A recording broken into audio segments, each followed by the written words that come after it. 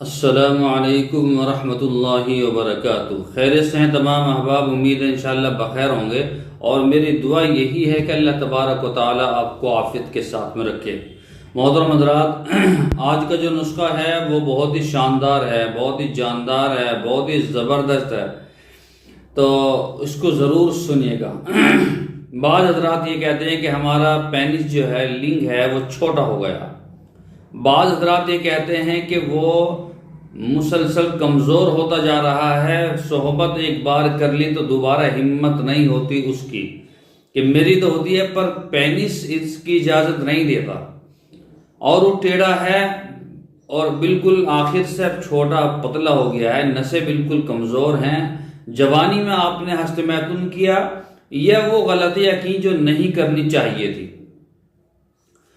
तो इसलिए पहले तो अल्लाह ताला से तौबा इस्तग़फ़ार करें, जो आपने गलतियाँ करी हैं उसके लिए तौबा इस्तग़फ़ार करें, और वादा करें कि इंशाअल्लाह सुम्मा इंशाअल्लाह कि अब हम ये गलती दोबारा कभी ज़िंदगी में नहीं करेंगे। अल्लाह ताला से तौबा इस्तग़फ़ार करें। दूसरे ये कि जो मैं आपको ये तिला बतलाने वाला हूँ, बनाने का तरीक़ा बिल्कुल आसान है, सस्ता है, तो आप इसको अगर इस्तेमाल करेंगे तो इंशाअल्लाह आपका पेनिस बिल्कुल लकड़ी की तरह भी होगा, ठीक है, और उसमें बढ़ोतरी भी होगी, और जो नसें हैं, जो इमसाक में कमी है ना, नसों की वजह से नसें कमज़ोर हैं, वो नसें भी खुल जाएंगी। तो आप उसका इस्तेमाल करें, बनाइए, इस्तेमाल कीजिए, बिल्कुल लकड़ी की तरह हो जाएगा, ठीक है। अब अगर आप चाहते हैं कि भाई चलो ये तो हो गया, लेकिन हमें मनी गाड़ी भी करनी है, शहद की तरह वो जो है गाड़ी करनी है, और जो है अंदर की जो कुव्वत है वो भी बढ़ानी है, तो उसके लिए आपको माजून वगैरह भी खाने पड़ेंगे। कल की जो वीडियो उसमें मैंने सफ़ूफ बतलाया था वो देख लेना, वो बना लेना, वरना तो हम बना के भेज देंगे। हमारा कॉन्टैक्ट नंबर है, व्हाट्सअप नंबर है, ठीक है, उस पर अपना नाम, पूरा एड्रेस, पिन कोड, नंबर वगैरह लिख कर भेज दीजिएगा और बता दीजिएगा जो जो दिक्कत परेशानी है। ये जो है ये सिर्फ तिला है, लिंग के लिए बिल्कुल लोहालाट हो जाएगा अगर आपने इसको सही बनाया और सही किया, ठीक है। करना क्या है आपको, देखिए आपको करना है, जमाल घोट्टा जो होता है ना, जमाल घोट्टा, उसके मगज लेना, उसका मगज लेना 1 तोला, जमाल घोट्टे का मगज, ठीक है, ये लेना है। और अजवाइन की सत अजवाइन की सत 6 माशा, 2 चीज होगी।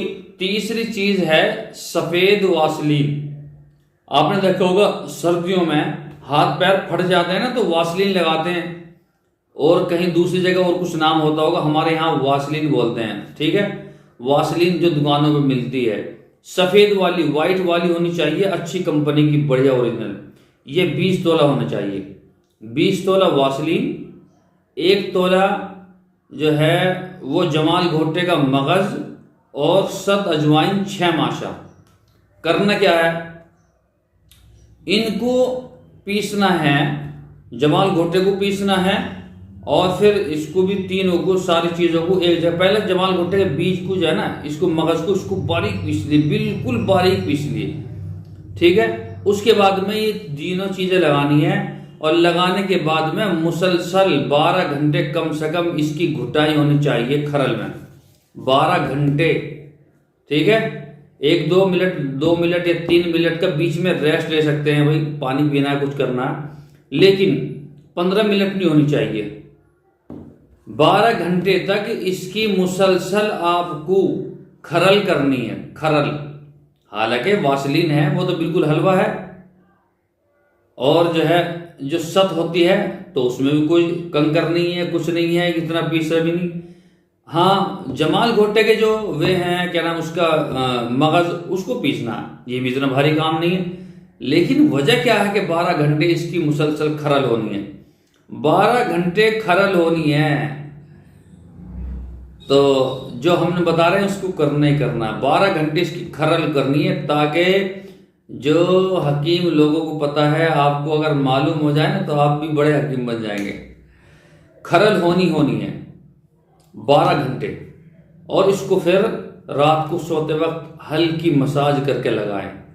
आगे पेनिस के आगे नहीं लगाएं, नीचे नहीं लगाएं, साइडों में हल्की हल्की मसाज करें, ठीक है। और एक सूती कपड़ा लें और उसको लपेट दें ऐसे, ठीक है, हल्का, ज्यादा टाइट नहीं, हल्का सा। और सुबह को नीम गर्म पानी से उसको धोना है, नीम गर्म पानी से उसको धोना है, ठीक है, नीम गर्म पानी से।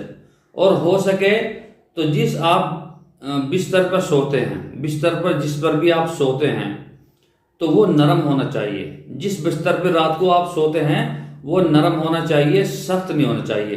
बाज हजरात ये कहते हैं कि मुझे तख्त पे नींद आती है, ठीक है, तख्त पे सोइए, आप तख्त पे सोइए, लेकिन गद्दा मुलायम वाला बिछा लीजिए, ठीक है। बाज हजरात ये कहते हैं कि हमें तो चारपाई पर नींद आती है, ठीक है, चारपाई पर सोइए, लेकिन वहां जो बिस्तर हो वो मुलायम हो, ठीक है। रात को सोते वक्त किसी भी हालत में पेनिस की सख्त चीज से टकराव नहीं होना चाहिए। तो आप इसका इस्तेमाल करें, ये बहुत ही शानदार है, बहुत ही जानदार है। अगर आपने ये इस्तेमाल कर लिया तो अब इससे ज्यादा और क्या बता सकता हूं। बस सारी चीज मैं खोल खोल के बताता हूं। हालांकि बाद हजरात इश्काल करते हैं कि हकीम साहब आप कैसी कैसी बातें करते हैं। अरे भाई, करनी पड़ती है। अगर आपको बुखार है तो घर वालों को बतलाते हो या नहीं बतलाते? अगर आपको टीवी है, किसी चीज की, अल्लाह खुदा ना करे आपको ये बीमारी हो, अगर कोई बीमारी है तो आप अपने घर वालों से उसका तज़किरा करते हैं या नहीं करते? जब आपके अंदर ये वाली बीमारी है कि ये ऐसा हो चुका है, तो फिर इसकी शिकायत क्यों नहीं करते कि हाँ मेरे से गलती हुई है? अगर नहीं करोगे तो पूरी जिंदगी भुगतोगे। शादियों में 20-20 लाख, 30-30 लाख, 40-40 लाख। अभी मैंने देखा एक वीडियो सोशल मीडिया पे गर्दिश कर रही थी, तो उसमें एक जगह भाग दिया उन्होंने, बहन को दिया, किसी को भी, 1 करोड़ 11 लाख का। तो 1 करोड़ 11 लाख का भाग आ गया, तो शादी कितने की हुई होगी इससे अंदाज लगाए। अगर आप उसने 2 करोड़ की शादी की है और जिसकी शादी हुई है वो उसका सिस्टम ही खराब है, तो क्या फायदा, क्या फायदा।